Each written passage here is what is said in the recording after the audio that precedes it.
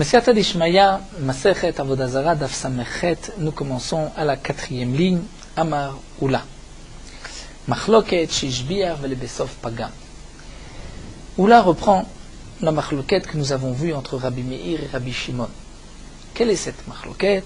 La Gemara l'avait rapporté, Daf Samech Zayin Amud Bet, concernant le din de Noten Ta'am Livgam et Noten Ta'am Lishvach.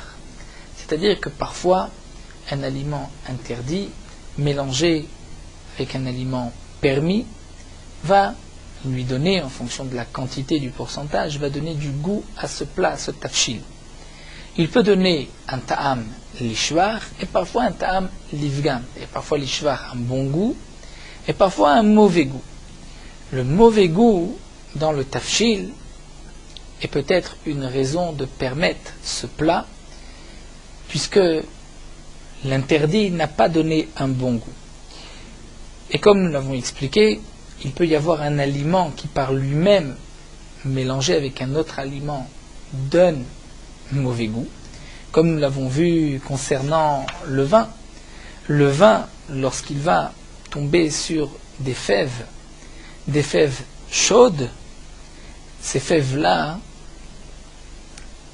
vont recevoir un mauvais goût par ce vin, et donc c'est notre ta'am livgam. Mais si les fèves sont froides, à ce moment-là, le vin va donner un bon goût. Et il peut y avoir aussi un noten ta'am livgam, parce que c'est un récipient qui a absorbé un aliment interdit, et si on va faire cuire dans ce même récipient, mais 24 heures plus tard, après le me'et le'et, il n'est plus ben yomo, ce que le keli a absorbé, lorsqu'on va faire cuire à l'intérieur un aliment permis, il va le rejeter, mais après 24 heures, il va rejeter un noten ta'am livgam qui n'a déjà plus un bon goût. Donc, noten ta'am livgam, est-ce que c'est permis ou pas? Le Chawra, nous avons vu, c'est machloket Rabbi Meir, Rabbi Shimon. Rabbi Meir dit noten ta'am livgam asur, Rabbi Shimon dit c'est mutar. Et la Gemara continue à Maroula, où là va nous expliquer qu'en vérité, machloket shishbiar velebesov pagam. Aval pagam mikara divra kol mutar. Où là vient nous dire que jamais Rabbi Meir n'a interdit noten ta'am livgam lorsque dès le départ il y avait un mauvais goût. Si dès le départ c'était un mauvais goût, va d'ailleurs que Rabbi Meir est d'accord que c'est permis. Toute la machloquette entre Rabbi Meir et Rabbi Shimon, c'est si au départ l'aliment interdit a donné un bon goût, ishbiach, mais ensuite les besov pogem, il donne un mauvais goût. Là, quel est le din? Puisque d'abord ishbiach sub pogem, est-ce que c'est noten ta'am livgam, ça sera permis ou pas? Là, nous avons une machloquette. Rabbi Meir dit non, c'est interdit. Pourquoi? Puisqu'au départ, ça donnait un bon goût. Et Rabbi Shimon dit, puisque maintenant, ça donne un mauvais goût, ce sera permis. Mais pagam, mikara, si depuis le départ, il y a un mauvais goût, alors livra kol mutar, c'est permis. Et la Gemara va objecter. Nous avons le cas que nous avons vu plus haut à propos des fèves. Ici, l'Agma nous rapporte Etiver Afraga Leoula concernant Yain Shenafal Letor Adashim, du vin qui est tombé dans des lentilles, Vechomet Shenafal Letor Kirisin, du vinaigre qui est tombé dans des grissines, dans des fèves. Assour, c'est interdit, Rabbi Shimon, Mati, Rabbi Shimon permet. Vea Acha de Pagam Meikaraou. Pourtant, ici, c'est un pagam meikara, puisque le vinaigre va donner un mauvais goût aux fèves depuis le début, de même le vin dans les lentilles. Et pourtant, il y a une machloquette, Rabbi Shimon permet et Rabbi Meir interdit. Donc nous voyons que pagam meikara, même Rabbi Meir interdit. Amar Ula a répondu Chaga lomeda yada maika amre rabanan tiyuftaka motiv. Raf Chaga ne sait pas ce que les chachamim disent, il pose une question. Ici de quoi on parle? Ici, comme nous l'avons mentionné plus haut, dans le Daf Samech Zayin Amud Aleph, on parle dans le cas où c'est tombé dans des grissines, dans des fèves qui étaient froides, et ensuite il les a fait chauffer. Et donc c'est Naasa que Mishishbiach Besov Pagan. Au début, le goût était bon, et ensuite, le Chometz a donné un mauvais goût dans les fèves, et c'est donc pour cela que c'est interdit. Donc au contraire, dit Ola, toute la machloquette que nous voyons ici entre Rabbi Shimon et Rabbi Meir, c'est dans le cas où au départ c'était un bon goût et ensuite ce goût s'est transformé lorsqu'il a fait cuire. Mais si dès le départ c'est un mauvais goût, là c'est sûr que tout le monde est d'accord, comme nous l'avons vu, que c'est moutard. Donc nous avons vu que Oula explique que la marloquette, c'est si il y avait d'abord un bon goût, ensuite un mauvais goût. Mais si depuis le départ il y avait un mauvais goût, dans ce cas-là, c'est moutard. Rabbi Yochanan dit non, même Bepogem, il dit Bepogem mikara marloquette. La marloquette, c'est lorsque dès le départ ça donne un mauvais goût. Et que veut dire Rabbi Yochanan lorsque ça donne un mauvais goût depuis le départ? Est-ce que c'est même lorsque ça donne un mauvais goût qu'il y a une marloquette? Et donc la marloquette est dans deux cas, aussi bien dans le cas où ça donne un mauvais goût depuis le début, ou même si ça donnait un bon goût depuis le début, mais ensuite ça s'est transformé en un mauvais goût, là il y a une marloquette. Ou alors on va dire que toute la marloquette d'après Rabbi Yochanan, c'est seulement lorsque dès le départ ça donne un mauvais goût, mais si au départ ça donnait un bon goût et ensuite un mauvais goût, là tout le monde sera d'accord que ce sera interdit. Des mots de Rabbi Yochanan, nous ne savons pas ce qu'il a voulu dire. Et bien il est où? Est-ce que Bepogem Mikara marloquette? Est-ce que Rabbi Yochanan a voulu dire que la marloquette c'est lorsque Pogem Mikara, dès le départ ça donne un mauvais goût? Là, nous avons marqué Rabbi Shimon Avalish Biavu et Savbagam Divra Kolasso. Mais si au départ c'était un bon goût, ensuite un mauvais goût, là d'après tout le monde c'est interdit. Odima Ben Bezom Bezom Marloquet, dans tous les cas c'est Marloquet Tekou. Donc là nous attendons la venue de la Navi pour nous répondre, pour nous dire ce que Rabbi Yochanan pensait en disant Pogem Mikara Marloquet. Il en ressort en tout cas que nous avons là une Marloquet Rabbi Meir et Rabbi Shimon. Est-ce que Noten Tam Nivga Mutar ou Asso? Et nous avons l'explication de Oula, que toutes leurs marloquettes, c'est seulement si au départ ça donnait un bon goût et ensuite un mauvais goût. Là, nous avons une marloquette où Rabbi Meir va interdire. Mais Noten Tam Livgam, depuis le départ, d'après tout le monde, c'est permis. Et Rabbi Yochanan dit donc que Noten Tam Livgam, depuis le départ, il y a une marloquette. Alors, si au départ ça a donné un bon goût, ensuite un mauvais goût, ou bien c'est une marloquette, ou bien tout le monde est d'accord que c'est interdit.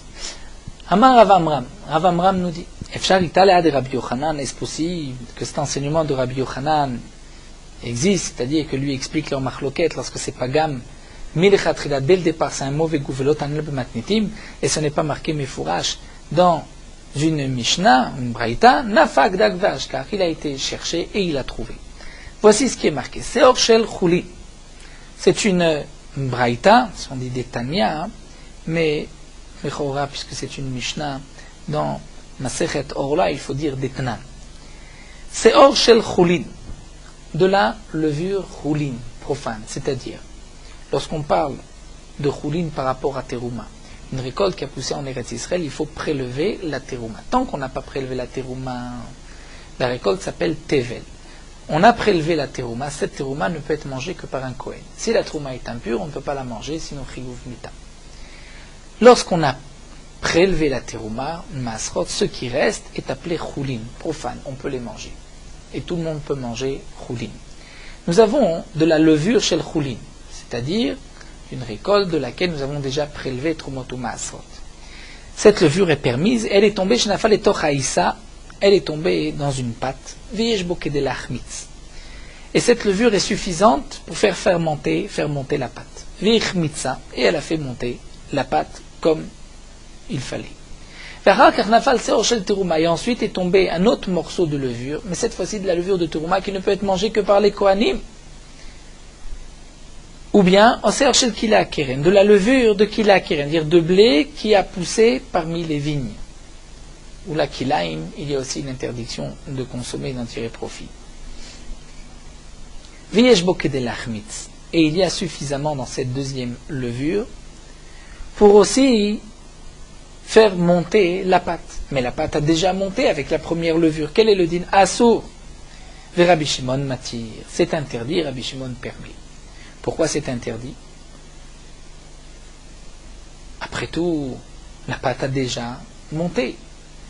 Elle va monter encore plus, maintenant qu'il y a encore de la levure. Elle va faire monter plus que d'habitude, au contraire. La pâte va s'abîmer. Et on voit que c'est assour. Donc voici que l'interdit qui est terouma, donc lorsqu'on parle assour ici c'est par rapport pour la terouma assour au Israël, il n'y a que le Kohen qui peut manger, qu'il a kérem assour à tout le monde. Mais donc on voit que lorsque ce deuxième morceau de levure est tombé, et donc va abîmer la pâte, c'est noten tam livgam, pourtant c'est interdit, et Rabbi Shimon permet. C'est ce que Rav Amram a trouvé. Voici ici un cas où pagam mikara, puisque dès le départ, lorsque cette deuxième levure tombe, elle va, ce qu'elle va donner, faire monter, elle va abîmer la pâte, et pourtant il y a une marloquette. Donc voici ce que nous a dit Rabbi Yochanan, que même noten tam nifga milechatri, là, il y a une marloquette. Amar Rabbi Zira dit non. Shane isaouil verouya lechamea bakama isat acherot. Rabbi Zira répond, il dit c'est différent. C'est différent, pourquoi? Parce que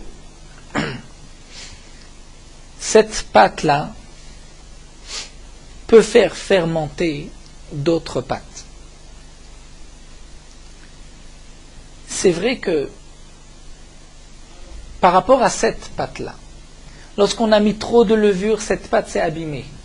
Mais dorénavant, je peux utiliser cette pâte pour faire fermenter d'autres pâtes. Donc ce n'est pas un notentam du vegan. C'est vrai que relativement par rapport à cette pâte-là, si je ne voulais pas utiliser cette pâte comme levure pour d'autres pâtes, je voulais en faire du pain. C'est vrai que puisqu'on a rajouté de la levure, cette pâte a fermenté plus que ce qu'elle devait, c'est notentam livgam. Mais je ne peux pas considérer cela comme notentam livgam, étant donné que maintenant j'ai une pâte qui en soi devient un élément de la levure pour faire fermenter d'autres pâtes, donc ça s'appelle noten ta'am aussi, non pas livgam, mais il y a là, comme on dire ça comme au départ, c'était livgam, mais ensuite on revient, c'est l'ishpach. Alors la Gemara va nous chercher une autre preuve, tashma. Seor shel teruma veshel chulim shenaflu. Si nous avons une levure de teruma, une levure de chulim, donc d'une récolte où on a déjà prélevé qui est permise, trouma interdit au Israël. Shenaflu les tocha Israël sont tombés dans une pâte en même temps. Il y avait suffisamment dans la levure de teruma pour faire fermenter la pâte, la faire monter, et dans la levure de chulim aussi. Vechimtsu, et les deux levures ensemble ont fait fermenter la pâte, à source c'est interdit. Rabbi Shimon matir et Rabbi Shimon permet. Pourquoi Rabbi Shimon permet? Parce que la pâte va maintenant fermenter plus que ce qu'elle devait. Donc c'est notre ta'am livgam. Nafal shel teruma trila, mais si c'est d'abord la levure de teruma qui est tombée, la divra kol assour, d'après tout le monde, c'est interdit. Et nafal shel chulin vachak, nafal shel teruma ou shel kerem, encore machloket assour, et Rabbi Shimon matir. Mais si c'est d'abord celle de chulin qui est tombée, ensuite celle de teruma ou de kila kerem, et donc la pâte avait déjà fermenté, là nous avons une machloket, est-ce que c'est assour ou c'est mutar? Rashi nous explique que lorsque la teruma est tombée en premier, divra kol assour. Bien que ensuite il y a la levure de chulin qui va tomber, qui donc va faire fermenter la pâte plus que ce qu'il n'en faut. Malgré tout, c'est comme ce que nous avons vu, le digne de d'abord la teruma hishbiyar, et ensuite les besov pagma, étant donné qu'il y a trop de levure. Donc c'est pour cela que ça restera interdit. Donc en tout cas, nous dit la Gemara ve'ara des pagam mikara obligé. Pourtant ici, donc dès le départ, ça va donner un pagam, puisque la pâte va fermenter plus que ce qu'elle devait fermenter, et pourtant on voit qu'il y a une machloquette entre Tanakama et Rabbi Shimon. Donc c'est peut-être une preuve à ce que nous dit Rabbi Yochanan, que même là il y a une machloquette. Peut-être que tu voudras répondre à Chinam et Rabbi Zira. Tu vas peut-être me répondre comme Rabbi Zira. Que quoi? Que c'est vrai que par rapport à cette pâte-là, ça va être un pegam, mais puisque cette pâte peut être utilisée ensuite pour faire fermenter d'autres pâtes, donc c'est un shvar. Tashma, la Gemara va nous rapporter, et voyons voir la sefa. C'est marqué à Yain, Shenafal etoch hadashim, Vechomet Shenafal etoch grisin, à sauver Rabbi Shimon matir. Le vin qui est tombé dans les lentilles, le vinaigre dans les fèves, c'est interdit, Rabbi Shimon permet. Ve'achena me de pagam meikara obligé. Pourtant ici aussi on voit que c'est pagam meikara, puisque dès que le chometz tombe dans les grisin, ça va donner un mauvais goût. Et là, qu'est-ce que tu vas me dire? Vérité, mais peut-être tu vas me dire achena me kedeshanele ou là, les Rabbi Chaga, kshishbiya besov pagam. Que ici on parlera dans le cas où Ishbiyar, d'abord il y a eu un bon goût, et ensuite Pesov Pagam, c'est-à-dire que, on va dire, les grissim étaient d'abord froides et ensuite chaudes. Et donc c'est pour cela que nous avons une machloquette. Est-ce que tu peux me dire ainsi que lorsque d'abord Ishbiyar, ensuite il y a un mauvais goût, tu vas me dire qu'il y a une machloquette? Pourtant, nous venons de voir que si c'est d'abord tombé C'est ce que nous avons vu dans le début de la Braïta. Si d'abord la terouma est tombée, et qu'ensuite c'est le choulin qui tombe, nous avons vu d'après tout le monde c'est interdit. Rachid nous avait expliqué pourquoi c'est interdit. Parce que lorsque la terouma tombe en premier, elle est majibiyar, et ensuite c'est vrai que lorsque s'associe la levure de choulin, c'est pogem. Mais c'est Ishbiyar, les Bessof Pagam, mais on voit que d'Ivra Kol Assour. Donc tu ne peux pas dans la même Mishnah dire qu'il y a une marloquette dans Ishbiyar, Bessof Pagam, puisque nous voyons que Ishbiyar, Bessof Pagam, c'est marqué que c'est Assour d'après tout le monde. El Alav, donc l'Agma nous dit, tu es obligé de dire Shmamina, Bepagam, Mikara, Marloquette, Shmamina. Donc tu es obligé de déduire de là, puisque nous avons un cas marqué dans la Braïta, que si la terouma, la levure de terouma tombe d'abord, et qu'ensuite la levure de choulin se rajoute, et que la pâte, c'est vrai qu'elle va fermenter ensuite plus que d'habitude et qu'elle va s'abîmer, mais puisqu'au départ, Hishbicha, c'est interdit d'après tout le monde. Donc quand est-ce que nous avons une marloquette entre Rabbi Shimon et Rabbi Meir? C'est dans le cas où dès le départ, il y a eu un begam. Et là, Tanakama interdit et Rabbi Shimon permet. Donc tout ce qui a été rapporté, Chometz Nafal Taugrisin, ou ce que nous avons dit dans Seor, chez le Trouma, chez le Choulin, ça encore on avait pu répondre par rapport à Rabbi Zira, voire à d'autres pâtes, mais là, nous ne sommes pas obligés d'expliquer ainsi, nous pouvons dire que Bepagam, Mikara, nous avons une marloquette. La Gemara continue et nous dit, donc c'est vrai, Shmamina, on en a dit, comme Rabbi Yochanan, Bepagam, Mikara, marloquette, malgré tout, Anetla, Tebabe, de Katane, Lamali. Pourquoi nous rapporter ces trois enseignements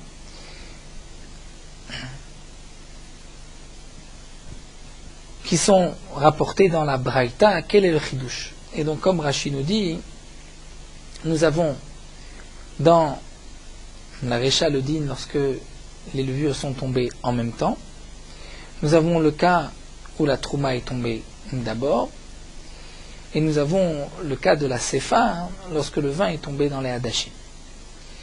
Alors la Gemara nous dit, Hanet la tebabe de katane la mali.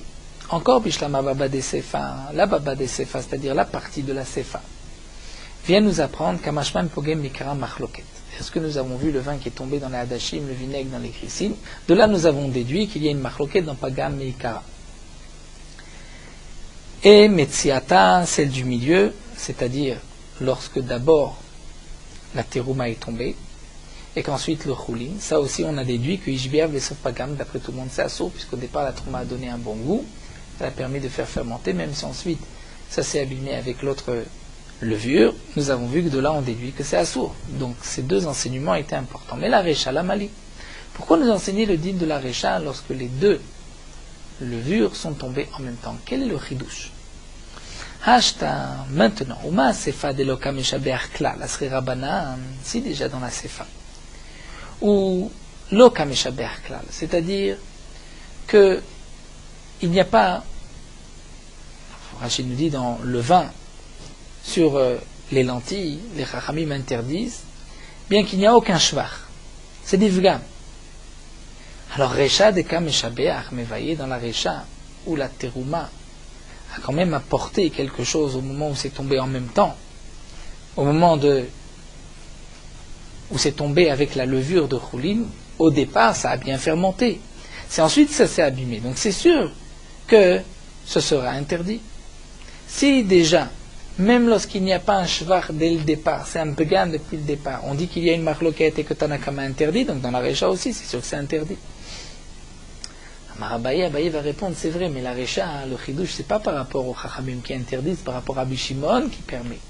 Tu aurais pu croire que Rabbi Shimon ne permet que dans le cas où il y a un begam depuis le départ, mais si au départ, on a mis et de la levure de terouma et de la levure de choulin, qu'au départ, la pâte a bien monté, même si ensuite elle s'est abîmée, peut-être que là, Rabbi Shimon sera d'accord que c'est interdit, puisqu'au départ, il y a eu un bon début.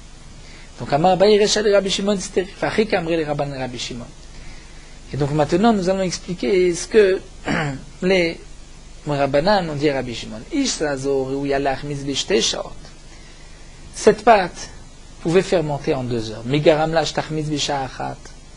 Comment se fait-il qu'elle a pu monter en une heure? C'est parce qu'il y avait et de la levure interdite et de la levure permise, c'est-à-dire de la levure de terouma.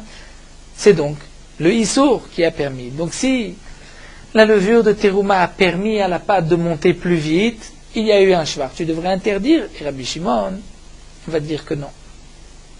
Rabbi Shimon va répondre que chez Ishbichu, Shneem Ishbichu, que chez Pagmu, Shneem Pagmu. Lorsque la pâte a commencé à bien monter, c'est les deux qui ont donné ce shvar. Et lorsqu'ensuite ça s'est abîmé, c'est les deux qui l'ont abîmé. Donc puisque ce n'est pas le Issour tout seul qui a donné ce shvar, c'est permis. La Gemara continue avec une question. Les Rabbi Shimon, Litztarif eter vi-Issour be'adad et develitza. Nous avons un klal, parfois qui n'est pas accepté de tous, comme nous allons le voir, mais il y a le principe de eter mitztaref le-Issour. Parfois, ce qui est permis va s'associer à l'interdit pour dire que tout est interdit. La question ici est posée par Rabbi Shimon, nous allons développer par la suite. La question que l'Agma demande pose ici sur Rabbi Shimon, c'est que c'est vrai qu'il y a du éther, c'est-à-dire qu'il y a de la levure permise, mais qui s'est mélangée avec la levure de terouma. Puisque les deux levures ont agi en même temps. Et c'est vrai qu'au départ, le shvar est arrivé par les deux, malgré tout, le éther devrait s'associer au issour et interdire. Et donc on devrait dire que puisqu'au départ, il y a, c'est vrai, un bon, et qu'ensuite, c'est un begam, donc on devrait dire que ça devrait être interdit. Velitzer Rabbi. Velitzer, ça devrait être interdit. L'Agma répond Rabbi Shimon l'Etame, de Amar Afilu Issour ve'Issour Nameh lo mitztaf. Et l'Agma nous dit, mais Rabbi Shimon lui pense, pas seulement que le éther ne s'associe pas au Issour, même le Issour avec un Issour ne s'associe pas, comme on le voit, avec plusieurs interdictions. Ditnan, Orla ve'Kila Kerem mitztarfim. Si nous avons un fruit de Orla, nous avons l'interdiction de le consommer, et le Orla s'annule lorsqu'il y a 1 pour 200. De même qu'il y a Kerem, si on a du blé parmi les vignes, tout est interdit, et la ta'arovet, ça se mélange, c'est 1 pour 200. Donc nous avons un fruit de Orla et un fruit de Kila Kerem, deux, on va dire 2 fruits. On va dire 2 grappes de raisin, qui se sont mélangés avec moins de 200 pour les deux. Il y a 2 grappes qui sont tombées dans 199 grappes. Que va-t-on dire? Tanakama nous dit mitztarfim, il s'associe. C'est-à-dire que j'ai maintenant 2 interdictions contre 199, donc je n'ai pas 1 pour 200, c'est interdit. Mais Rabbi Shimon omer mitztarfim, Rabbi Shimon dit non. Ça ne s'associe pas. Puisque j'ai maintenant, si je regarde par rapport à cette grappe, j'ai 200 contre cette grappe, et l'autre grappe j'ai 200, donc ça s'annule. Donc on voit que Rabbi Shimon pense qu'un issour ne s'associe pas. La Gemara continue dans la Sugia de Noten Ta'am Livyan. Awach bara, il y avait un rat. Denafal et Chavita de Shicha qui est tombé dans un tonneau de bière, d'alcool. Asre Rav la Shicha. Rav a interdit ce tonneau. Amwa Rabbanan Kamed et Rav Sheshat. Les Chamim ont rapporté cet enseignement devant Rav Sheshat. Nema Kasava Noten Ta'am Livgan Asur. Cela voudrait dire que Rav qui a interdit pense que Noten Ta'am Livgan Asur, puisque nous savons que le Achbar, un rat qui tombe dans le code de la bière, va donner un mauvais goût à toute la bière. Amalu Rav Sheshat, non. Be'alma Savarav Noten Ta'am Livgan Mutar. Seulement, Acha Chidush ou. Ici, c'est un Chidush, c'est-à-dire l'interdiction de la Torah du Sheretz, que nous n'avons pas le droit de le manger, est un Chidush. Pourquoi? Dea Mim'as Ma'is. Ou Bedilein Shemine. En vérité, le Sheretz est répugnant. Et les gens s'éloignent du Sheretz. Pourquoi la Torah avait-elle besoin de nous dire qu'il est interdit? De manière, on ne va pas le manger. C'est que la Torah vient te dire, même lorsqu'il donne un mauvais goût, il est interdit. Car noten tam nifgam nameaso. En général, noten tam nifgam mutar, mais pour le sheretz. Donc, entre autres, le achbar que la Torah t'a interdit, pourquoi la Torah avait-elle besoin de l'interdire? De toute manière, on ne va pas consommer de sheretz. Pour te dire que même noten tam nifgam, c'est interdit. Amroule Rabbanan le Rav Sheshat et la me'ata l'itamel achveyavesh. Si c'est ainsi, demande les Chachamim Rav Sheshat, si c'est un chidouche, puisque de toutes les manières, les gens ne s'approchent pas, ne vont pas le toucher. Donc pourquoi la Torah nous a interdit, une fois mort, de le toucher? Parce qu'il va nous rendre impurs, on ne le touche pas. C'est donc, tu vas dire, que la Torah vient te dire que même l'arvé yavé, c'est-à-dire pas seulement lorsqu'il est encore humide, mais même lorsqu'il est sec, il doit être métamé. Et pourtant, là maintenant, nous avons vu que les shratzin, seulement ils viennent de mourir, ils sont encore, frais, humides, ils sont métamés, mais s'ils sont yavesh, ils ne sont plus tamés. Si tu dis que c'est un chidouche, que la Torah n'avait pas besoin de le dire, donc le chidouche, pour dire que même yavesh, c'est interdit, et que c'est métamé dans ce cas-là. Donc Rashi nous rajoute que la question de la Gemara, c'est que puisque nous voyons que le shéret c'est métamé seulement lorsqu'il est la repa yavesh, donc tu vois que tu ne peux pas dire pourquoi la Torah avait besoin de me préciser cette touma, ou pourquoi la Torah avait besoin de l'interdire de manger. Et donc c'est pour nous apprendre que nous tentam nifga mutar. Non, en vérité, pourquoi la Torah a-t-elle besoin de te l'interdire? C'est parce qu'il y a des non-juifs qui les mangent. Donc la Torah a besoin de te dire, ne les mange pas, mais ce n'est pas pour te dire que même lorsqu'il y a noten tam nifgam, c'est assour. Alors la Gemara continue, velitamer d'après toi, shechvat zera, tamelar veyavesh, le liquide séminal. C'est sûr que c'est maous, c'est répugnant et que les gens s'éloignent, ne vont pas le toucher. Et donc, puisque la Torah a précisé que le shechvat zera est tamé, donc tu devrais dire qu'il devrait être tamé la reyavesh, aussi bien s'il est frais ou s'il est sec.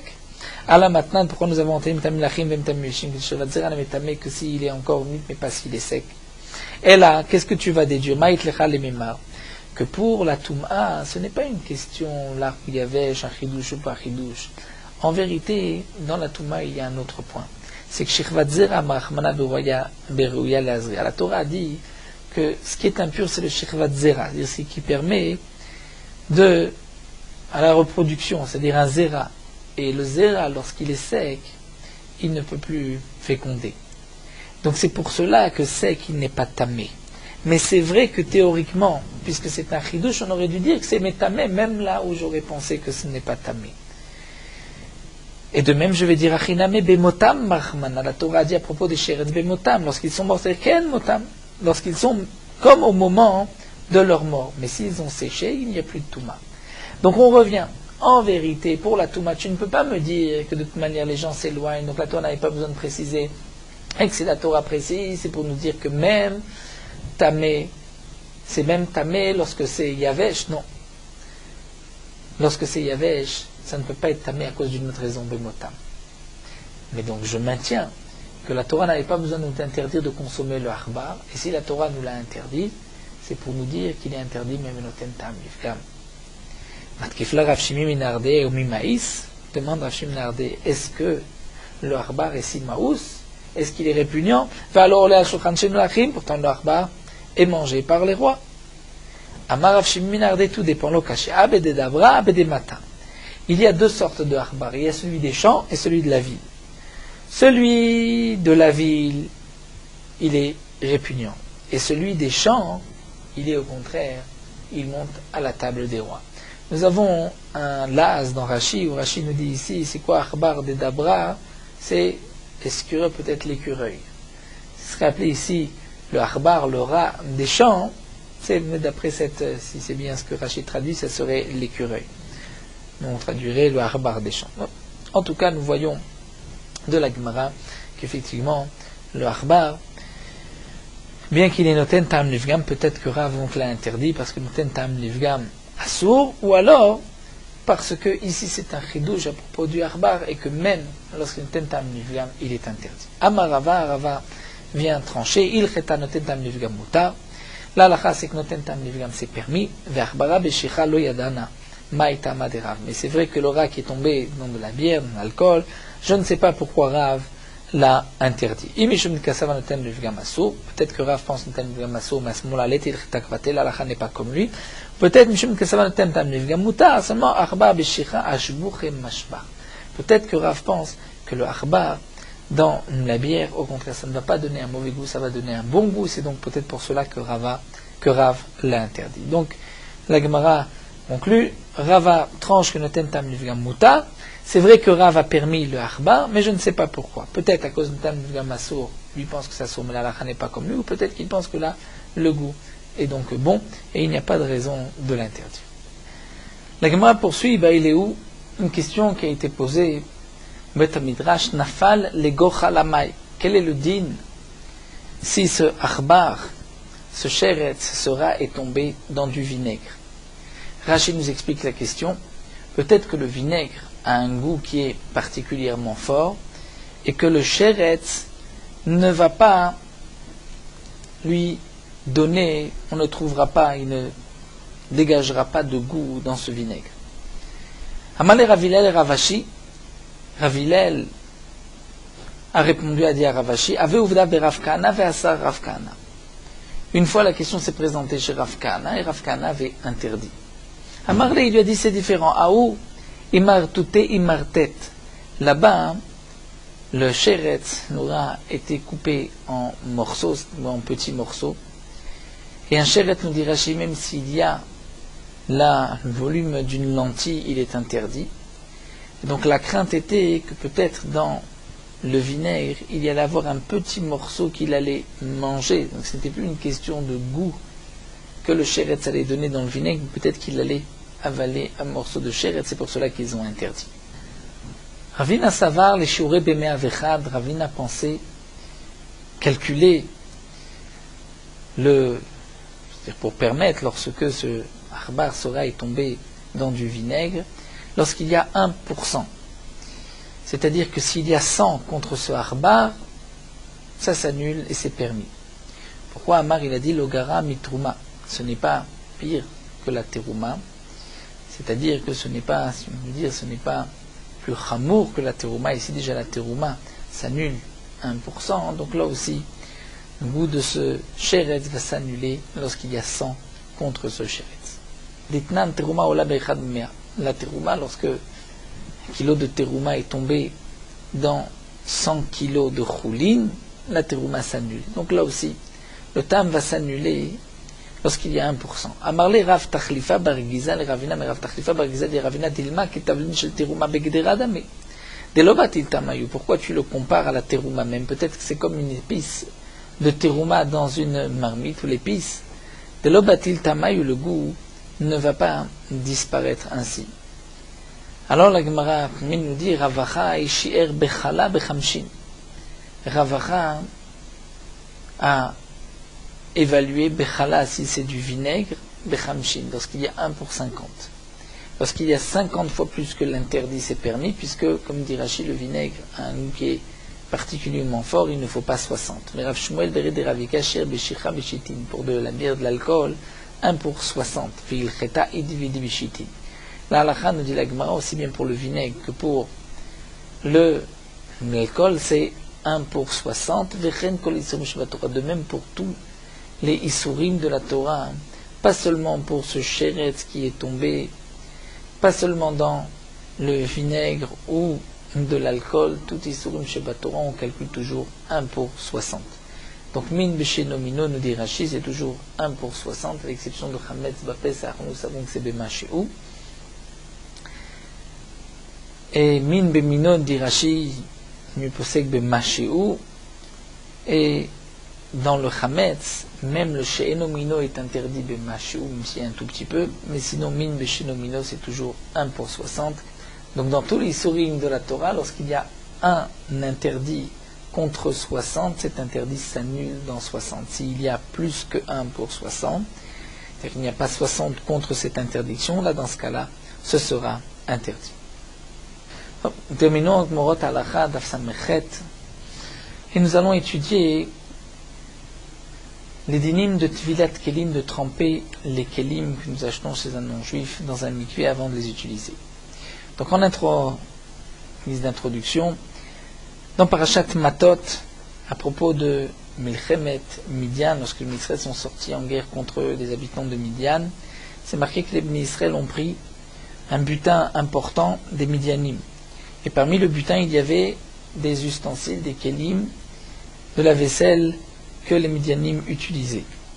Puisque ces Midianim avaient utilisé cette vaisselle avec des éléments interdits et que les kelim avaient avalé, absorbé des aliments interdits, donc les Israël ont dû d'abord cachériser de l'eau chaude ou le feu les la vaisselle, pour pouvoir la permettre à l'utiliser. De même, les Bnei Israël ont eu la mitzvah de tremper dans un mikvé les kelim afin de les purifier. C'est ce que nous apprenons du pasuk, de se purifier dans un mikvé. Le but de cette tvila, ce n'est pas pour enlever ce que le keli avait absorbé d'interdit, puisque en trempant dans de l'eau froide, le keli ne va pas rejeter ce qu'il a absorbé, il ne peut rejeter qu'avec l'eau chaude ou le feu, mais le but de cette tvila, c'était pour purifier le keli d'une impureté d'un non-juif et le rentrer dans la kedusha du Ham Israël. D'après certains rishonim, tvilat kelim c'est minatora, et donc ce que nous avons appris du pasuk Mindaïtrata, c'est une véritable dracha, c'est ce que le Shulchan Aruch aussi possède. D'après d'autres rishonim, tvilat kelim n'est que midi rabanan, et ce limoud du pasuk n'est qu'une asmarta, c'est-à-dire juste une allusion que nous retrouvons dans le pasuk.